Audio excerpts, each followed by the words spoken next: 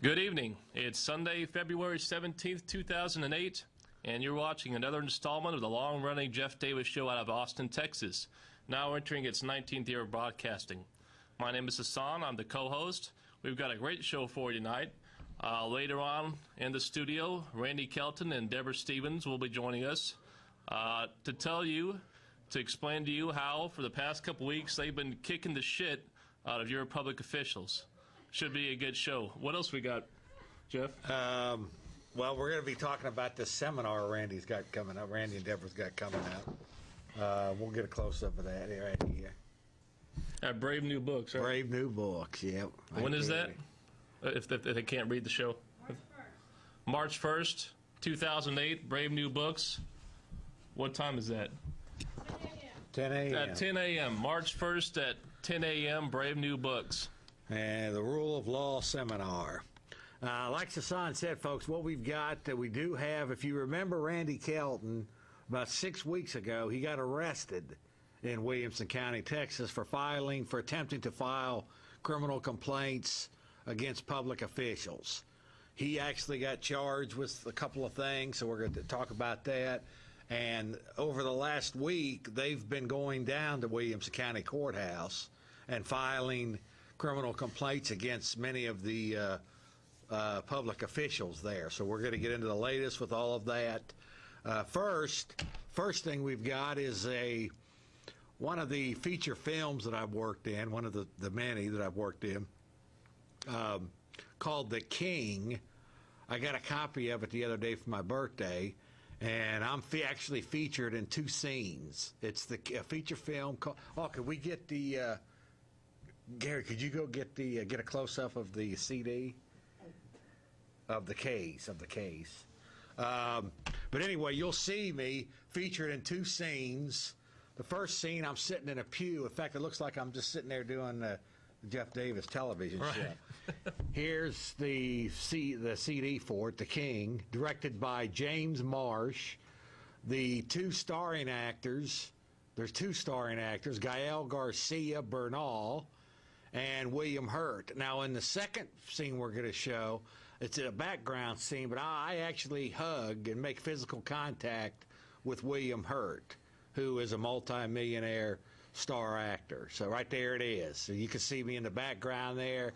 That's William Hurt. We're coming out of a church, and so that's we're going to play that. Then we're going to play Land of No Return, and then I'm going to play my speech about 3 minutes down at the Travis County Commissioner's Court concerning Williamson County, Texas, and that will lead us right into Deborah and Randy. It's going to be a good show, Jeff. It should be.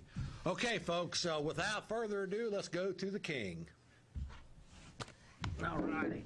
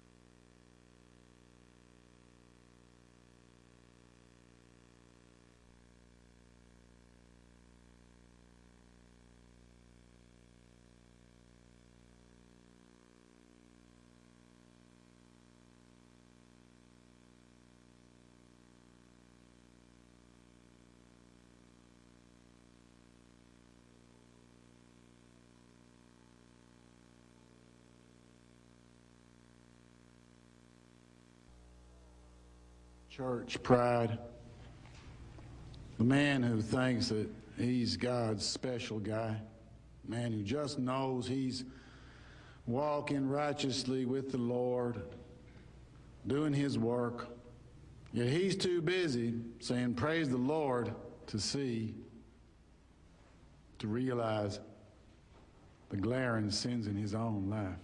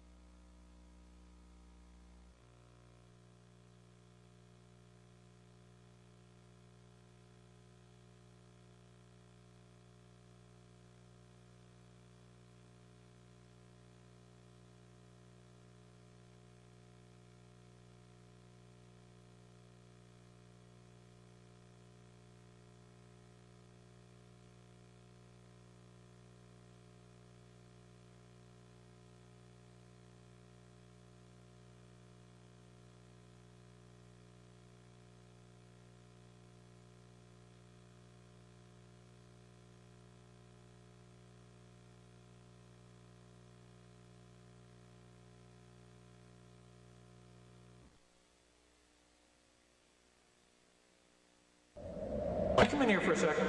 Yeah, Dad, what is it? The world's gotten out of hand, so I decided to blow it up tomorrow. Oh, wait, blow it up? Isn't that a little harsh? I'm supposed to return to Earth, remember? Return or schmurn. Besides, those people are so out of touch with reality. Maybe you're the one who's out of touch, Dad. Youth. So idealistic. So naive. Seems like only yesterday you were... Dad, I'm like 2,000 years old. All right. All right already. Go return to your people. But you have one chance, and that's it. There's good in this world, Dad. You'll see. I'll show you. We bring you a special news bulletin from KA News. Reports of Jesus sightings have been popping up all over the land. Son of God or imposter. We'll keep you up to date as this story develops. Hey, Jesus, what's up, man? Not much. How are you? Oh, I'm good. I've just been drinking a little bit, but hey, I'm not drunk. And I want to let you know, whenever I'm not in the bar, I'm in church. Every Sunday. Today is Sunday. Oh, hey, let me ask you this. Is smoking the tweet a sin? If I said yes, would you stop? Hey, look at the time. I gotta get going. I have a meeting with my gardener about some weed. I need to ask my gardener about some weeds in my garden. But hey, man, you keep it real. Have a good one. Oh my God, you're Jesus. That would be me.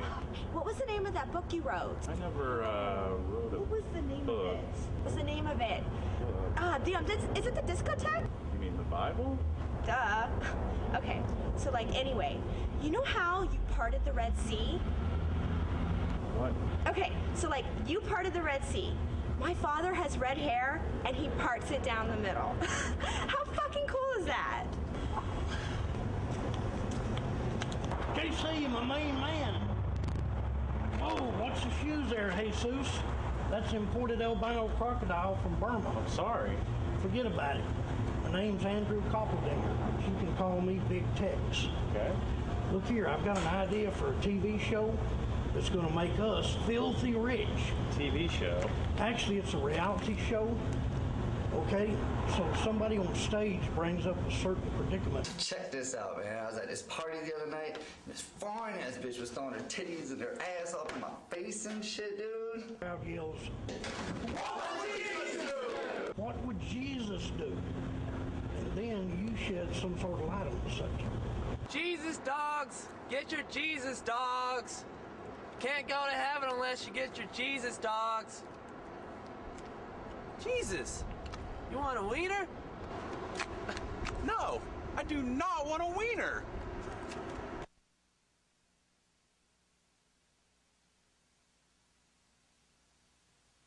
The National Atheist Conference is protesting against Jesus, saying that since they don't believe in God, then obviously there can't be a Jesus. The Black Militant Ministers Association is also here in protest, and they say, and I quote, "Jesus is not a cracker, he is a black man." And that's just some of the many organizations who are protesting against Jesus out here today. And in related news, Rob, the religious right is lobbying Congress to ban robes, facial hair, and flip-flops. I'm sorry, that's sandals inside strip clubs to prevent any further embarrassment from Jesus in the future. I'm Leslie Alvarez with KH News. Back to you, Rob.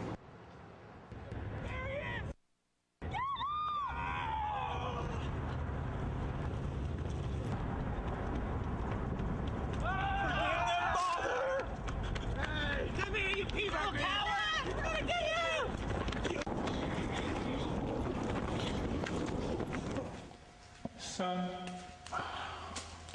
Save it, Dad.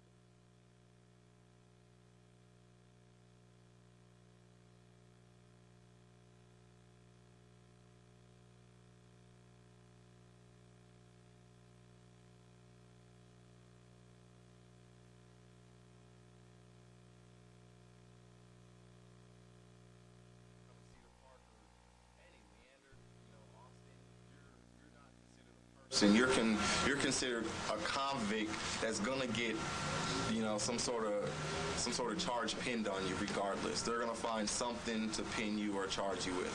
And then when you get to here, when you get to the court, they're gonna charge you out the kazoo. You're gonna have to pay hundreds upon hundreds, maybe even $1,000 just to protect your name. I mean, everybody needs a clean record so they can get a decent job and to be a part of the community. And what they're doing, they're taking everybody's money, and it's real hard to become part of a community that you know for a fact just wants your money, and that just wants to, every time they see somebody, just pull them over and just get more money. It's all about money to them. Wilco, I would say Williamson County would be probably the worst if you ever come through. That you want to know a story that we are investigating at this time concerning your neighboring county, one of the neighboring counties here in Texas. We are investigating reports from many people that Williamson County, Texas is involved in basically unethical and immoral conduct. This is a set on the first sets of live testimonials from dozens of people who reside in Williamson County, Texas, who basically share a common theme if you listen to these testimonials. And that is that the Constitution, automobile stops for little or no reason. Absolutely no reason. Searches without permission, searches of cars without permission, and intimidation, particularly of youth and elderly people, into these searches, looking and trying to find things to ultimately have these people end up in the Williamson County courthouse. Now, folks, I'm the first one to admit that there's corruption everywhere. There's corruption in government, there's corruption in the private sector, there's corruption in the single-family unit. But the trend that is going on in Williamson County, Texas, with the testimonials that are going on and the people that are stepping forward, is borderline criminal. And I believe, folks, like I say, with you as my public servants, I'm going to ask you, as soon as we get this documentary done, I want to turn it somehow over to this court, or to this county. And you determine for yourselves the validity of these testimonials, what these people are saying, and decide if you yourself believe that's the way a public service, a county that's supposed to be our public servants, should be conducting themselves. So that's really all I've got. I do appreciate the time. God bless you all. We just came from the courthouse here, and and you are a bail bondsman here. This is your enterprise. Right.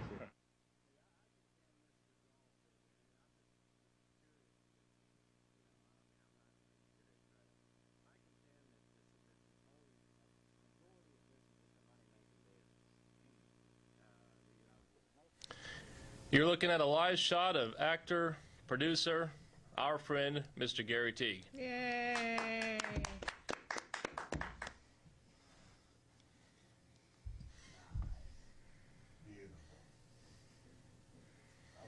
All right, and welcome back to the long-running Jeff Davis Show. My name is Hassan. I'm the co-host, and joining us today are our friends Randy Kelton and Deborah Stevens.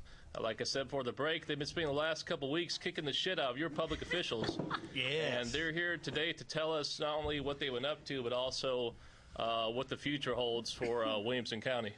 Let me preface this first by saying that, like I said at the top of the show, folks, about 6 weeks ago, it was pretty widely announced that Mr. Kelton here, Randy Kelton, was arrested in Williamson County, Texas for attempting to file criminal complaints against some of the Williamson County public officials.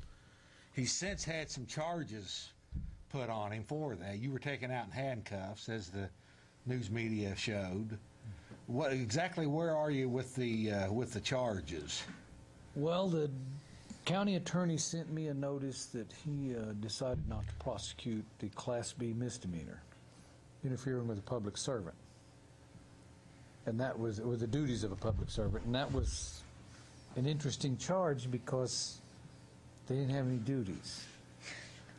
I mean, unless it was beating me up. But I didn't think that fell under their duties. So what it was? They never even explained on the charge what duties it was that they are alleging that he interfered with, nor even the people that they're alleging that he interfered with either. So the prosecutor's trying to dismiss the case. He sent a letter to Randy saying he was dismissing the case. The whole thing, both charges? No, just a Class B. Okay. I was afraid they were going to dismiss both charges. You don't want them to? Absolutely not. Does that take away your legal tools, basically? Oh, yes. I have this 50-page writ of habeas corpus I've been talking about, and I filed it in other people's behalf, and the courts always refuse to hear it. I went in Thursday and filed that writ of habeas corpus in my behalf for a Class C misdemeanor. The assault by contact of the peace district judge was livid. He had to stop a jury trial to take the writ. He came into the court and let me know he was not happy. Because, see, when someone files a writ of habeas corpus, they have to stop everything they're doing and deal with it immediately.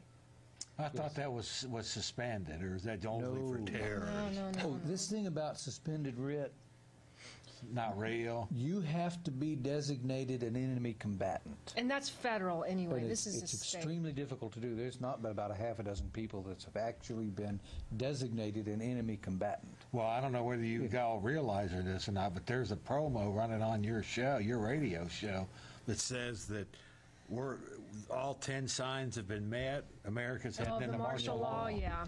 Well, and then you even said on your show that the Military Commissions Act oversees all state and local law. The Military Commissions Act is not drawn into effect yet. The president can do it, and that's scary business. If there's a major emergency, he can declare martial law using the Military Commissions Act. And who determines the emergency? President. So another 9/11 type of thing, and that could be it. My biggest scare, I loaded nuclear weapons in the military. Weapons is what I did, and we loaded nukes. I was checked out on them. The notion that 6 nuclear-tipped cruise missiles could be taken out of storage without the president's personal signature is absolutely absurd. If you look at our country, we've got thousands of nuclear weapons. We've never had a nuclear accident. And that's because they are so insanely careful with them. There is absolutely no way those came out of there by accident. I think our president did that on purpose. Of course he did. He intended to crack one of those nukes before the election so he could declare martial law and disband the Congress. And he got busted. Didn't get it done. And now I'm hoping that he's lost enough credibility and enough support that he won't be able to pull it off. Well, let's get back to Williamson County then, because now I know Deborah, you and Deborah have gone down there. What, Thursday and Friday? Yes. Well, and now, with this one charge hanging over you, can't they bully you with that, or? No. He's bullying them. That's the thing about charges. If they had me righteous, doing something really obnoxious, maybe they would have some leverage. But these guys knocked me around that investigating room. It took me in there to keep me out of view of the cameras. They actually assaulted you? Yes, they did. And he has Michael Badnarik as his witness, too. And I also have a sheriff's deputy who's the head of their bailiffs. 30 seconds before we went in that room, I had just come out of the district judge's office where I had filed criminal charges against the district attorney with the district judge. The district judge refused to hear them. So these 2 bailiffs are there. I asked them to go in and arrest the district judge. And they objected. I said, well, that's okay. just covering my bases. I had to ask, and you had to object. Well, we left the district judge's office, and this lieutenant there is our big guy, the big ball guy. And you look at this guy, you can tell he's a confident individual. And when I'm asking him to arrest the district judge, he's not impressed. There's another guy there who's kind of younger, and he got kind of excited. This guy didn't. And when we came out, I told him that I wanted to express my appreciation. That I've done this before, and there's been more than one time I've been pushed around and thrown out by bailiffs who kind of lose their cool, and I appreciated his professionalism and shook his hand. He said, well, thank you. And walked down the hall, and these two cops shoved me in this room, and they start roughing me up, and I looked up at this lieutenant. This was 6 weeks ago. Yeah. Okay, yeah. And this lieutenant is standing here with his arms crossed like this and scowling at these guys. He is clearly unhappy. Because it's not the policeman's jurisdiction. It's the sheriff's jurisdiction in there. I came back later and asked the lieutenant, who has original jurisdiction in this building? He said, he stopped a second and looked right at me, and he said, I do. So he was clearly telling me he was not happy with what happened. So it's been my So what's your overall objective then? You all have been going back. Yeah, you filed the writ on Thursday. We're trying to get them to feed on themselves. And they're beginning to. I've let them know that I intend to sue them. And now but I'm not moving ahead with the lawsuit. I'm going after them criminally. First. I'm trying to get them to imagine the worst possible scenario. You go in and challenge them. Like I went to the clerk and I said, I want to find all the people who've actually gone to trial.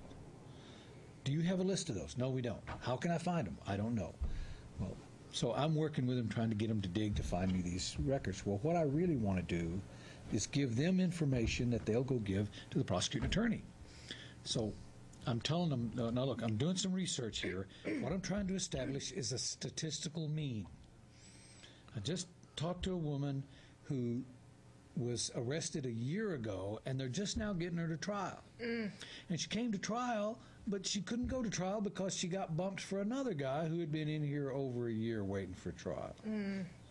So in jail? Yes, in Williamson City. So they're just I want to find basically kidnapping and how long it takes the prosecutor to get someone to jail. You know, there is a definite philosophy behind Williamson County. And I don't know if you guys watched that follow-up story that Jim Swift did the other week where he interviewed Williamson County officials. But I thought it was very interesting because he interviewed the district attorney of Williamson County. I don't remember what his name was. But the man said, and let me see if I can quote this from memory verbatim. This is what the Williamson County district attorney said. He was explaining why Williamson County is known as being tough on crime. He said, we convince people on a very human level to behave out of the threat of punishment. Yeah, fear. And that, in other words, keep the population in line through fear. Fear and intimidation. And that is basically the philosophy of Williamson County in a nutshell. He basically summed it all up in that nice little phrase. And it kind of chilled me when he said that. I can appreciate that because it's my position that we need to persuade our public officials to stay in line on a very personal level by threat of punishment. And that's exactly what I intend to do. I'm trying to get them to look in their closet and try to figure out what's this guy know that he's not telling. Which skeleton does he know about? Or which ones? It's the nature of human beings. They're going to assume that I found the ugliest, deepest, darkest secret they got. And they're going to get paranoid. They already are. And then as I move along, the primary thing I'm going to keep going to is jurisdiction. Keep reminding them about jurisdiction. You know, Randy, I mentioned a few weeks ago, remember how we went down to Williamson County Jail and you raised hell a few weeks ago, and the judge actually came out and met you and talked to you for a while. I actually I told them about that on the show, how basically the judge, well, he was trying to convince you that he could have everything fixed within a few weeks. Yeah, that's right. Did that ever happen? Lots of luck. No. Not in this lifetime. I had someone else ask me about the fact that they've been terrorizing people for decades. Yeah. And They were trying to pacify Randy so that he wouldn't go after him. Well, I found out something real interesting about that magistrate. He used to be a justice of the peace, but he's not anymore. He's not a magistrate. The Code of Criminal Procedure, under who are magistrates? City recorders are magistrates. I've never found anybody who knows what those are, but they're magistrates. Mayors are magistrates. JPs and municipal judges are magistrates. County court judges, district court judges, appeals court, Court of Criminal Appeals, Supreme Court judges are magistrates. This guy is none of those. What is he? That's what I want to know. He's a former JP, but he's not currently a JP, and he used to also be a defense attorney, so he doesn't meet any of the requirements of law to actually be a magistrate. And so what that means is every case he's ever magistrated is void.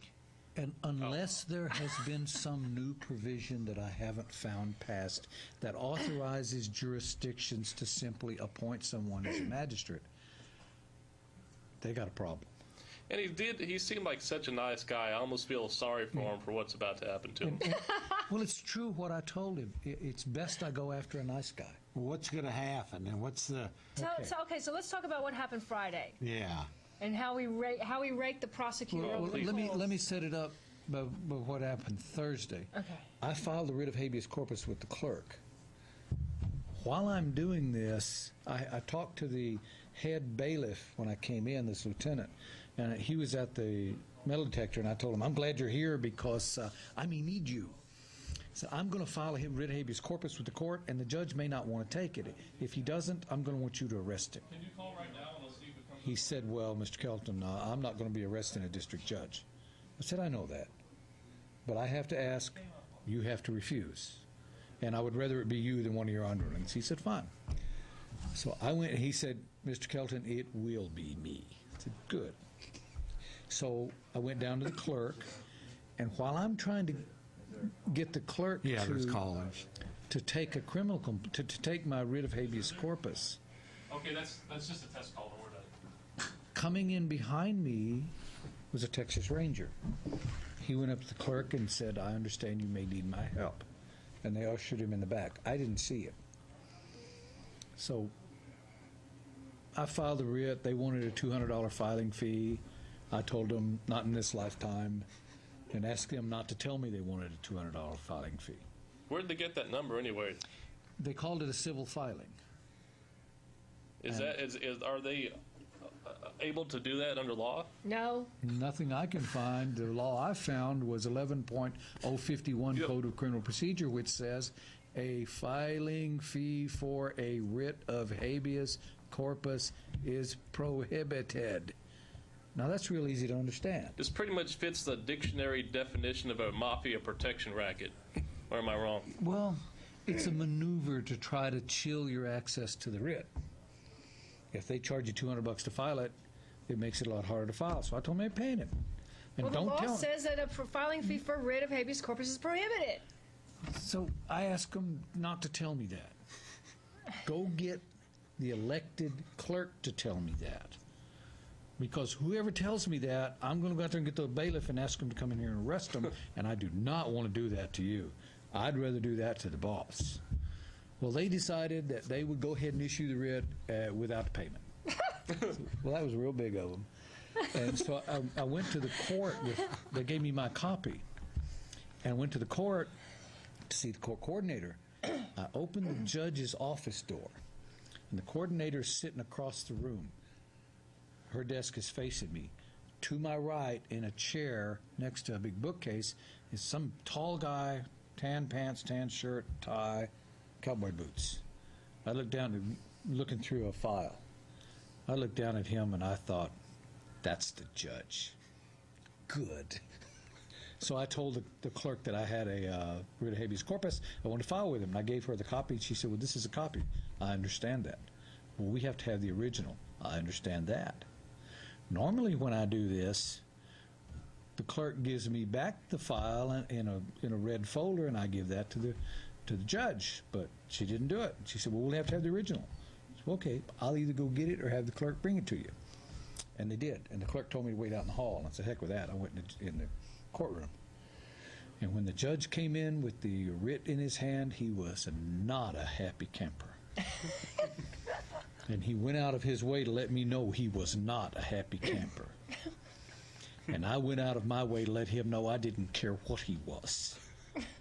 He said he had the writ, but he's got a jury trial going on. He can't read it right now. He'll read it later. I said, well, that's fine, but I have some more documents for you. He said, I can't discuss this case with you. I don't want to discuss this case with you. I have some criminal charges associated with this case that you need to take. He said, well, you'll have to file those with the police department. I'm not filing them with any police department. I'm filing them with you. You're a district judge, and you're a magistrate, and it's your duty, and it's a duty for which you may not shield yourself. Well, Mr. Kelton, I won't be taking your complaints. So, well, Judge, life's filled with little decisions. We all get to make some. Your turn. If you're not going to take them, your decision. Be in touch. I turned and walked. The judge is livid. And that's exactly how I want him. When he reads that writ, it is stacked full of criminal charges against every public official in the place. And I want him to know that I don't care who they are. I don't care if he's the district judge. I don't care if he does think he's God. I'm going to wind his clock. So, in effect, I'm trying to get them all wondering, what's this guy up to? What's the ultimate, though? Indictments? Well, you normally don't hide what you're up to. You come out on TV and talk about what you're about to do. There's no guessing here. Like I think I told you last time I saw you, if you and Deborah get some indictments over there, you will be president and vice president of Central Texas at least, maybe. Good chance. I got about 30 criminal complaints I'll be filing with the magistrate. And we'll get to him in a little bit. Yeah, we want to talk about how we what got to happened on Friday. See, now I went in, and the one guy in every county that everybody's terrified of is the district judge. So I'll be filing criminal charges against 2 district judges. Now, the reason I took that judge on in the courtroom is it wasn't for him. It was for everybody else in there. I wanted them to see me crawl down that district judge's throat. If I'll crawl down the district judge's throat, everybody else is cannon fodder. As far as I'm concerned. If I'm not afraid of the district judge, they're terrified of him, and they know I'm not. They're wondering, what's this guy know that we don't know? And that's what I want them to think. And then I go around planting these little seeds of doubt. I ask for information, like how long does it take the prosecutor to get him to court? Now, he knows he takes too long, and he does it on purpose. When the judge reads my writ of habeas corpus, it explains exactly why he does that. So when the judge shows it to the prosecutor's going to look at it, and he's going to know I've been looking at how long it takes him to get him to court, and he's going to say, oh, crap. He knows one place I'm going to kick his behind. And I don't mind them knowing. But it's too late. You can't go unring the bell. Once the time has ticked off on cases, you can't untick it. Once they've denied due process, you can't undeny it. So they can know everything I'm doing. I don't care, because they can't fix it. They can keep from doing it in the future, and that's ultimately what I want. But they can't go back in the past and fix what they've already done. And they know that's where I'm coming from. And as I move along, I will start moving more toward jurisdiction. So indictments? We want to get some indictments to straighten in Williamson County, public officials, folks. Indictments. This story gets better. Yeah, let's tell what happened on Friday. Go ahead. The next day, I come back and we go to the county attorney. You see, the county attorney dismissed a Class B misdemeanor against me. So I went to the court clerk, and I want to see the file against me. Well, she doesn't have a file. sheet. So, but the magistrate, when he determined there was probable cause, was commanded by law to seal all the documents he used in an envelope, cause his name to be written across the seal, and forward it to the clerk of the court. Well, where is it? That didn't happen. So I went to the prosecutor and finally got the right guy, and I asked him, who dismissed my case? He said, well, I did that.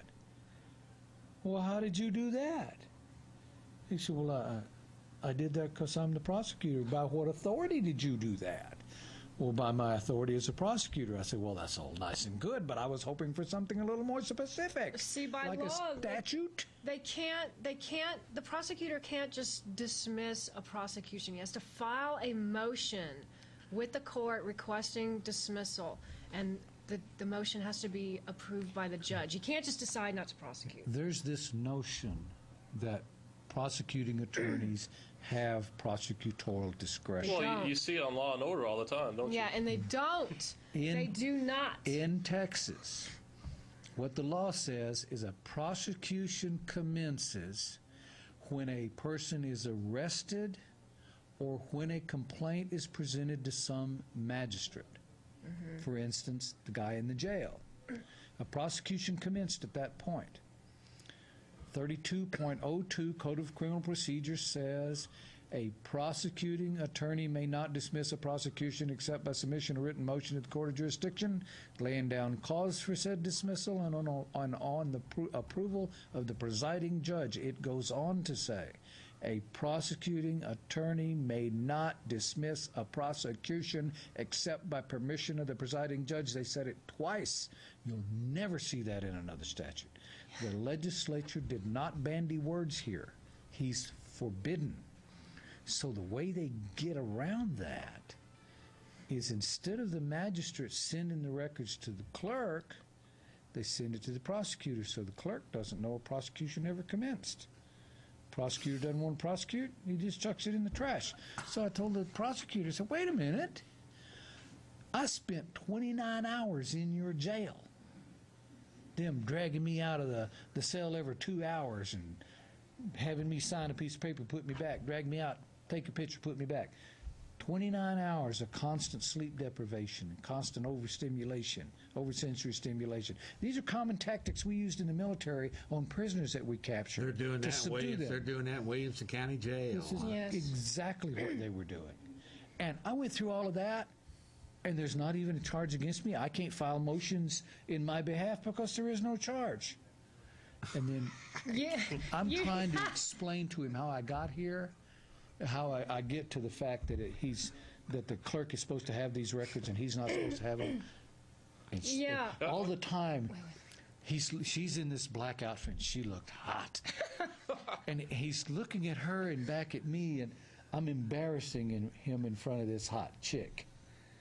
And then tell him what you did. Yeah, and okay, and you should have seen the look on the prosecutor's face when Randy quoted the statute to him about that he cannot dismiss a case, that it has to file a motion. The guy's face just went white. Okay, you should have seen him. And he goes, well, Mr. Kelton, what are you saying to me? Do you want me to go ahead and prosecute you?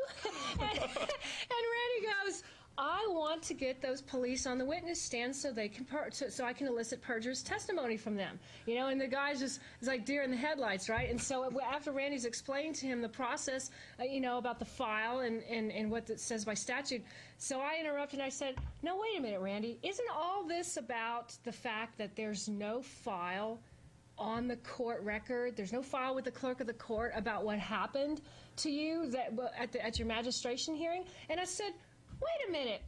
Hey, look at that guy. Look at the prosecutor's hand. Randy, is that the file that's supposed to be filed with the clerk of the court, and it's not there, and he's got it instead? And the guy's face just went beet red. And Randy goes, yeah, that's the one. I saw the look on his face that she had really got it. Yeah, and he froze. So when she said that, and I saw the look on his face, I said, yeah, that's the one. That's the one. And then I said, where did you get that file? Mr. Prosecutor, he goes, well, I don't know. These things come to us from different sources. I said, did the magistrate give you that file? And he goes, part of it. He just confessed to felony. It wasn't until later that I realized. I made the head criminal prosecutor of Williamson County confess to a felony in front of witnesses. It wasn't until later that I realized how clean Deborah did that. Because I was talking to this guy. She stepped right up, nailed him proper, got him to admit that there was at least one document in there that came from the magistrate. And as soon as he admitted it, she stopped talking, stepped back. It wasn't until later I realized how clean that was, because I was in the middle of what was going on and I didn't recognize it. She really nailed him, and once she nailed him, she backed off, so he had no opportunity to defend himself. It was great. It was great. And then you maintain that everything Williamson County does is illegal? I don't just maintain it. Like, we can demonstrate it. You actually got the judge to agree with you that everything they did was criminal. This was a good win, but it wasn't the best win of the day. Yes, the JP. It gets a little better here. He told us he had a meeting with this other attorney, and the attorney's standing there. We're sitting there, and he stands up, and I see he's got a Ron Paul stick. We met him at the straw poll. So I told him, well, this guy's supporting Ron Paul. By all means, don't hold him up. And then I looked. Wait, I know this guy. He was at the Fort Worth Texas Straw Poll Convention when we were there broadcasting. So I told him, hey, I know this guy. He was down at the Straw Poll Convention when Deborah and I were transmitting our radio show from down there. And the prosecutor said, radio show? Oh, that was a hoot. Oh, my God. Then we went to the Justice of the Peace. Justice of the Peace. Oh, this was the best. And the justice, I told their clerks that we had criminal charges to file. So they asked for a copy of what we wanted to file. I gave them one of the blank documents I had. They took it to the judge. And the judge said, they came back and said, the judge said that we can only take Class C misdemeanors. I said, ma'am, don't tell me that. So I'm telling you that. This is all we can take is Class C misdemeanors. Don't tell me that. Go get the judge to tell me that. Well, then she also said that that court does not take any criminal complaints from anyone other than law enforcement officials. Yeah. And that is totally illegal. And I keep telling them, don't tell me that. Go get the judge to tell me that. Well, I'm telling you. I said, I don't want you to tell me, because I'm going to want somebody arrested, and I don't want it to be you. I'd rather it be the judge. Go get the judge to tell me that. And then Deborah says, no, I need your car keys. Wait, that's because the constables, 3 constables showed up right then, and they look like they're wanting to talk to Randy, and they start talking to him. And I remember what happened the last time we were in Williamson County. So I said, Randy, excuse me, could I see your car keys, please? Sorry, I got to go get some out of the car. Because I was thinking, just like last time, I made him give me his car keys, because I'm like, if he gets arrested, I do not want to be stranded in Williamson County. Why she did that the first time just before I got arrested. Yep. So I'm thinking, why does she want my car keys? I turn around and look, and here 3 comes constables. Security. So I used my standard approach when they call security. Oh man, I'm glad to see you. I need your help. Come here. And now he's off guard. Well, what can I do for you? I need you to arrest the judge. And he just sort of froze in his deer in the headlights. And then right about then, when Randy was starting to explain why he wanted these guys to arrest the judge, then the secretary came back to the window and he says, okay, the judge has agreed to see you, sir. And so then Randy's like, okay, I don't need you guys anymore. You're dismissed. And it was just so funny because they had called the constables on Randy, and then by the whole time the whole thing's over, Randy's saying, okay, I don't need you anymore. You're just this constable was a hoot. He was hilarious. I'm trying to get him to arrest the judge, and he said, well, I can't arrest the judge. I said, sure you can. Just go back there and throw the cuffs on him and drag him off to jail. Heck, it'll be a hoot. See, you just stay around here, don't do nothing all day. It'll be fun. He said, oh, no, we don't do that. We only do with we're civil. Just constable. We just serve papers. We're a certified police officer. You're authorized to do that. So we're going through this little back and forth.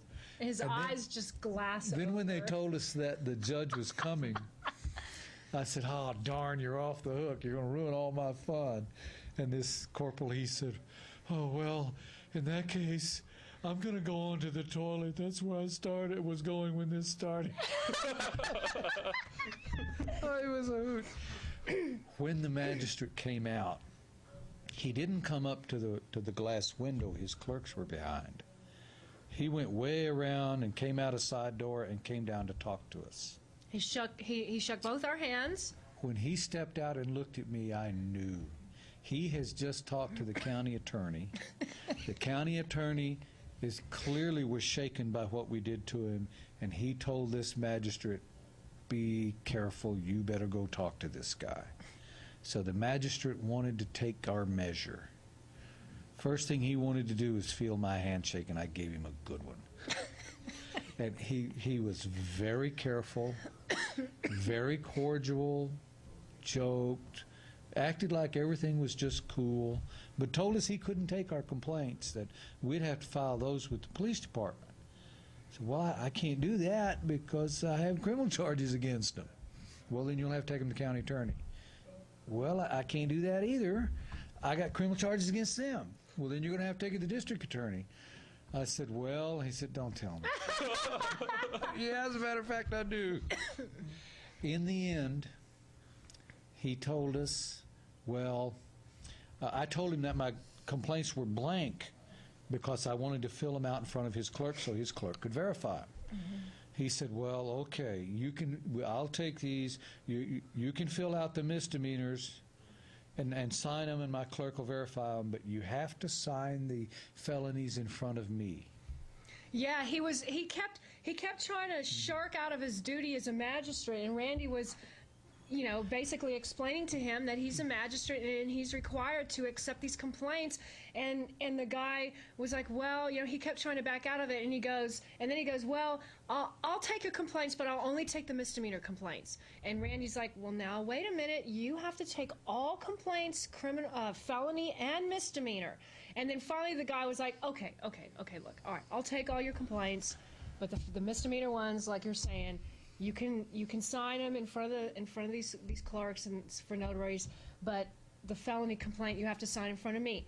So he told us to come back on Tuesday, and he agreed to take going back all. Wait a minute. He agreed to take all the criminal complaints against all these people. You see the point of that? He's saying, "Oh, I can't take anything but Class C misdemeanor," and when it got down to it, he knew the exact procedure he had to go through to take felony complaints. That's right. It was all a big bluff. He was lying from the start. It was all a big bluff, and we called his bluff, and he backed down. He blinked, and he agreed to take the complaints. Now he's feeding on everybody else to keep us from swallowing him. And this is what we want. Right, because he's going to take criminal complaints against every public official in the county. This is not just police, just not lower rung, everybody. So he's willing to nail everybody in the county to keep us from coming after him. Well, he was trying to tell us about the prosecutorial discretion and that, well, the prosecutors can decide to dismiss it if they want. And we went through the whole spiel with him about how that's not the case. I said, and I told him, I looked him straight in the eye and I said, no, sir, that's not the way it is. You are the one, you are the magistrate, you are the one who is in the position to decide probable cause or not, and then the prosecutor at that point has no discretion. If he wants to dismiss the case, he has to file a motion. He can't just decide not to dismiss. And Randy said, yeah, we're here to put you back. Okay, well, let me back up. Well, they can always decline the offer. Well, see, when Randy was going through the spiel about how he can't file with the police, he can't file with the county attorney, he can't file with the district attorney, going up the ladder, and then the JP goes, oh, so now you're back at the bottom, and Randy said, and me and Randy were explaining to him, well, actually, you're the one that is in the position to decide probable cause, and then the prosecutor, has no discretion at that point. And Randy said, yeah, we're trying to make these people do things according to law the right way to put you back in the position of where you're supposed to be. And the JP goes, where? On top? I don't want to be on top. It was hilarious. And then Randy's talking about the radio show, and he's like, radio show? And we were telling about the camera crew at the courthouse when he got arrested. He goes, camera crew? He goes, you ain't got a camera on you. You don't have a microphone in your pocket, do you? Lady, do you have a microphone in your purse over there? No, sir. No hidden cameras. No. Sound like you got him squeezed. This was a major win. Major win to get him to accept our filings. But he said they would. He hasn't actually taken them yet, right? Well, if he doesn't, doesn't, he's going to be in trouble, and he knows it. We really don't care what he does. Deborah, actually. Randy, one of you, tell us about this seminar coming up. Go to ruleoflawradio.com.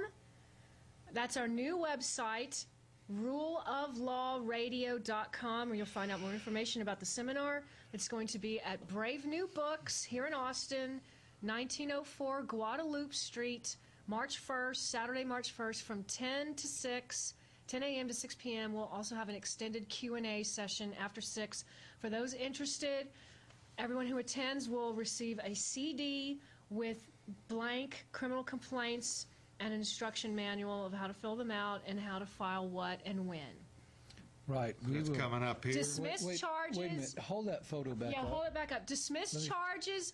Okay, dismiss charges. Keep your officials in line and reclaim our courts. I want to point out a distortion in that picture. Oh, boy.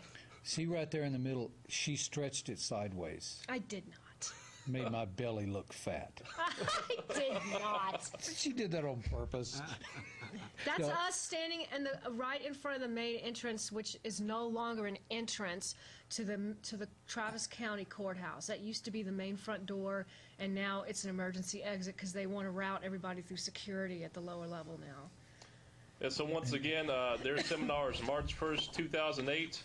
At Brave New Books. What time was it again? 10 a.m. to 6 p.m. You can register at our website, ruleoflawradio.com. And make sure you tune into their radio show. It comes on every Thursday and Friday night from 9 p.m. to 11 p.m. on We the People Radio Network, WTPRN.com. You can catch a live stream there. Or if you're in the Austin area, you can listen to the show on 90.1 FM. Folks, I want to just mention you could Google Jeff Davis Show well, just whatever. Just do whatever. Do you want to try to take some calls? Yes. Okay, folks, we got about 5 minutes for calls. If you want to start calling in. Yeah, 477-2288. We've got Randy Kelton, Deborah Stevens from the Rule of Law Radio, filing criminal complaints against public officials in the last week or so against Williamson County, Texas. Yeah, and while we're waiting for phone calls, I'll just also explain another set of criminal complaints that I'm filing against the Secretary of State here in Texas for approving voting machines that do not meet code. So that's another iron in the fire. You did that in Travis County. I haven't filed them yet, but we will be. We have calls now. Welcome. Yes, I'm watching y'all right now. Yes, sir. TV. I am so excited, and I can't believe what I'm hearing because my brother got arrested about a week and a half ago. The phone back into itself. He loaned his cell phone to somebody out in the street, and they committed a crime, and they traced his cell phone back to him and arrested him. Is that legal? Could they do that?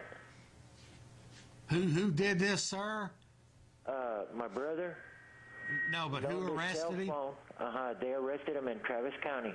Okay. He loaned his cell phone to a street person out there in the street, and they committed a crime with this other person. But they traced back his cell phone number to him, and they arrested him on a Class B misdemeanor. Go ahead, Randy. Did you understand what he said? I couldn't understand what you said, but go ahead. It really doesn't matter what they arrested him for, because once they make the arrest, everything they do is illegal. Everything, yeah. Every step from arrest to trial. Code of Criminal Procedure, the Code of Criminal Procedure. Code of Criminal Procedure defines what they're supposed to do. Yeah. And they violate all of it. So if you have your liberty at risk, I tell people, do whatever you can to clear your liberty.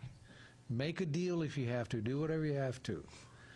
Once the deal is done, you can go back and attack everything collaterally. And in fact, this seminar would be a good place to learn on. It's exactly what this is about, is how to attack any prosecution you've been through sideways, because they did things wrong, so you cancel the prosecution. Welcome. Yes, ma'am. Hi, how are you? Hi, ma'am. I've been a paralegal for 20 years.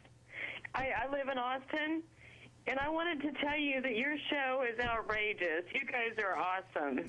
Thank you. Thank you. You're so welcome. I mean, I was so impressed with the story about Williamson County. That is so awesome. I wish you all the best with your week next week. Thank you. Thank you.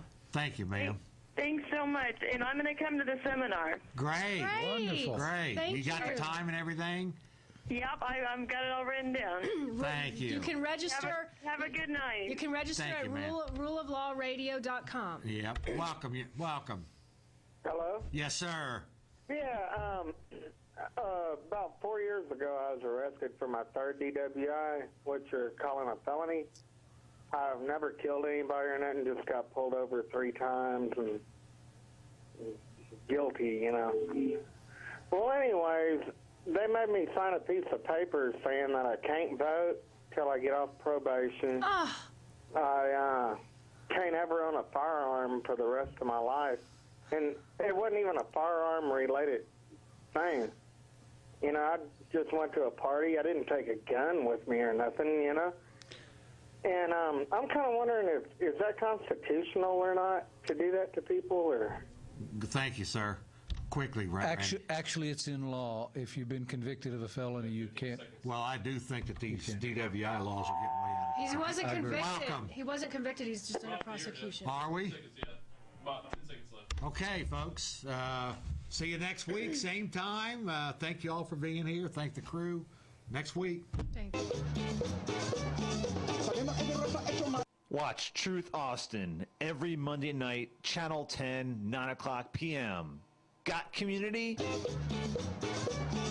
Barack Obama policy team discussions? Maker Faire 2007?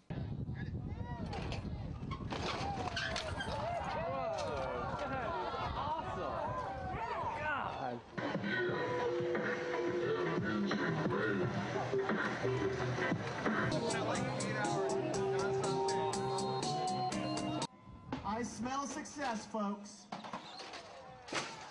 Success! Community events like the Grassroots Affordable Housing Assembly? Armadillo Christmas Bazaar? Don't miss Truth Austin every Monday.